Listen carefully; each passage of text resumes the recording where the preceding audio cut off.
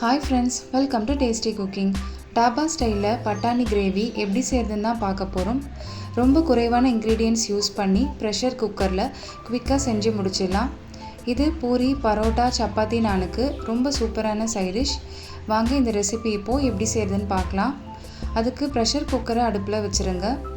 இதில் 2 டீஸ்பூன் எண்ணெய் சேர்த்துக்கலாம். கரம் மசாலா ஸ்பைசஸ் சேர்த்துக்கோங்க. 1/4 டீஸ்பூன் ஜீரகம் சேர்த்துக்கலாம். 1/4 டீஸ்பூன் பெருஞ்சீரகம் சேர்த்துக்கோங்க. 2 வெங்காயத்தை சாப் பண்ணி சேர்த்துக்கலாம். மீடியம் ஃப்ளேமில் வச்சுட்டு வதக்கி விட்டுருங்க. இஞ்சி பூண்டு பேஸ்ட்டு சேர்த்துக்கலாம். வெங்காயம் ஓரளவு வதங்கி வந்ததுக்கு அப்புறமா 2 தக்காளியை அரைச்சி வச்சுருக்கோம். தக்காளி பியூரி சேர்த்துக்கலாம். அதையும் நல்லா வதக்கி விட்டுருங்க. இப்போ நம்ம மசாலா சேர்க்க ஆரம்பிச்சிடலாம்.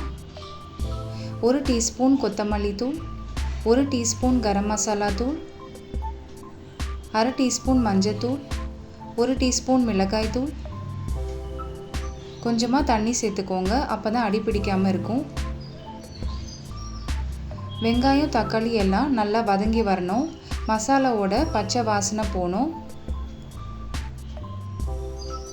இந்த ஸ்டேஜில் 3 டேபிள் ஸ்பூன் தயிர் சேர்த்துக்கோங்க.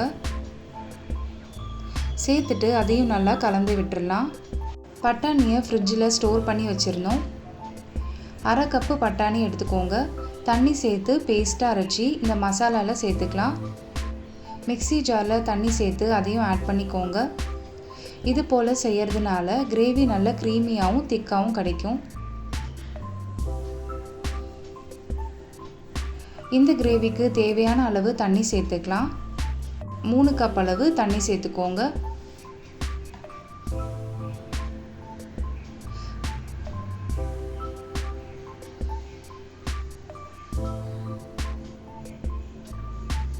தேவையான அளவு உப்பு சேர்த்துக்கோங்க. 1 டீஸ்பூன் வினிகர் சேர்த்துக்கோங்க. 1 கப்பு பட்டாணி சேர்த்துக்கோங்க. நல்லா கலந்து விட்டுடலாம்.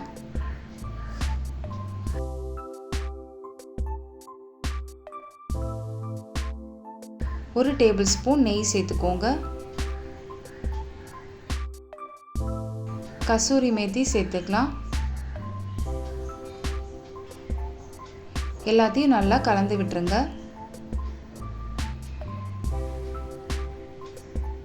கருவேப்பிலை, கொத்தமல்லியை கட் பண்ணி வச்சுருக்கோம், அதுவும் சேர்த்துக்கலாம். இப்போ குக்கரை க்ளோஸ் பண்ணிவிட்டு 3 விசில் ஹை ஃப்ளேமில் குக் பண்ணிக்கோங்க. 3 விசில் ஆயிடுச்சு. ப்ரெஷரும் ரிலீஸ் ஆகிடுச்சு. குக்கரை ஓப்பன் பண்ணிடலாம். பார்த்தீங்கன்னா தெரியும், நல்லா திக் அண்ட் க்ரீமியான பட்டாணி கிரேவி ரெடி ஆகிடுச்சு. ஒரு பவுலுக்கு மாற்றிடலாம். டாபா ஸ்டைலில் ஈஸியான பட்டாணி கிரேவி ரொம்ப குவிக்காக ரெடி பண்ணியாச்சு. நீங்களும் இந்த மெத்தடில் ஒரு டைம் ட்ரை பண்ணி பாருங்கள். கண்டிப்பாக எல்லோரும் பாராட்டுவாங்க. ரொம்ப டேஸ்ட்டாக இருக்கும். இந்த வீடியோ உங்களுக்கு பிடிச்சிருக்கும்னு நம்புகிறேன். டேஸ்டி குக்கிங் சேனலை லைக் அண்ட் சப்ஸ்கிரைப் பண்ணிக்கோங்க. தேங்க்யூ.